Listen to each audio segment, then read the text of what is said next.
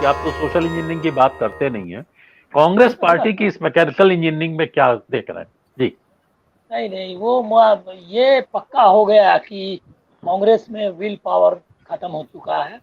और ये पार्टी, अब वो जो दरबार में, मैं कई जमींदारों को बिहार के जानता हूँ कि जब उनकी जमींदारी चली गई तो वो जो घर में ये मतलब जमीन और गहना बेच करके अपने दरबारियों को संतुष्ट करते थे, वही ये काम कर रही है।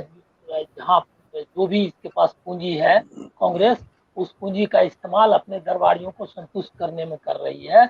इसके पास कोई स्ट्रेटजी नहीं है। और ये 2024 क्या, ये जो विधानसभा चुनाव है ये भी ये हारेंगे, क्योंकि आप देखिए इमरान प्रताप रेड्डी को महाराष्ट्र चुनाव भेज रहे हैं। वो महाराष्ट्र में इनकी पार्टी शिवसेना और एनसीपी जो एकदम संगठित और बहुत ही ऑर्गेनाइज्ड कैडर वाली पार्टीज हैं, उनसे उनका कंपटीशन है।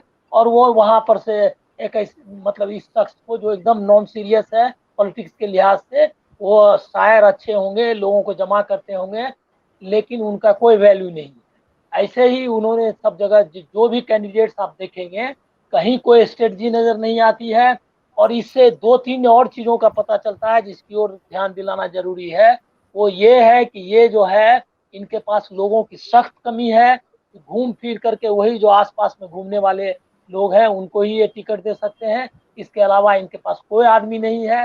नहीं तो अगर राज्यसभा में अगर इनको राष्ट्रीय स्तर पर दिखाना होता तो कोई बड़े इंटेलेक्चुअल को, कोई बड़े लोगों को ला सकते थे। वो भी इनके पास लगता है नहीं, या इनकी सोच नहीं है। दूसरा, इन्होंने वो जो सही किसी ने बताया कि इन्होंने लड़की हूँ, लड़ सकती हूँ वाला नारा दिया। उसके बाद कहा कि 50% युवाओं को लाएंगे चिंतन शिविर में। अभी अभी मतलब महीना भी पूरा हुआ है कि नहीं, ध्यान देना। और वो जो है एक भी टिकट में कहीं दिखाई नहीं देता है। तो आप ये समझ लीजिए कि कांग्रेस के पास कोई स्ट्रेटजी नहीं है।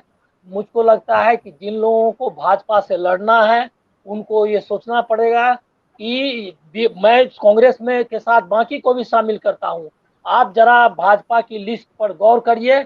आप राज्यवार ढंग से उन्होंने, बिहार में इलेक्शन हो चुका है, लेकिन 2024 के हिसाब से उन्होंने एक ओबीसी और एक ब्राह्मण को टिकट दिया है।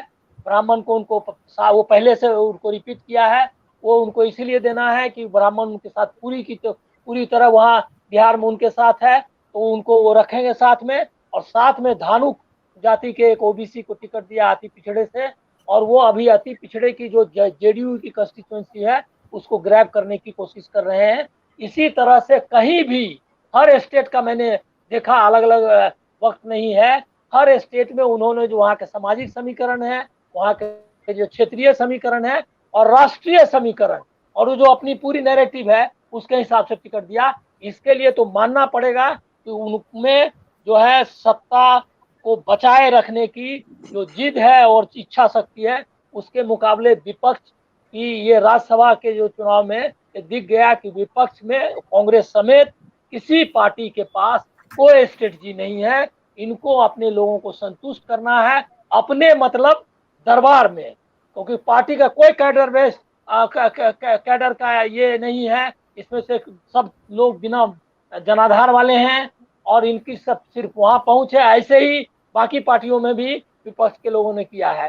तो मैं ये मेरा तो अब मतलब इतना निराशा, जो मैंने पहले ही कहा था कि ये जो है पूरा निराशाजनक है।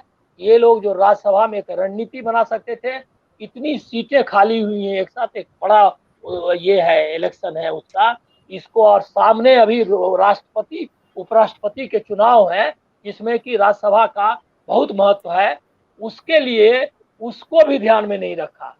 मतलब कि कोई स्ट्रेटजी नहीं, कुछ भी नहीं, न क्षेत्रीय समीकरण, न सामाजिक समीकरण, न राष्ट्रीय समीकरण, न 2024, न विधानसभा चुनाव।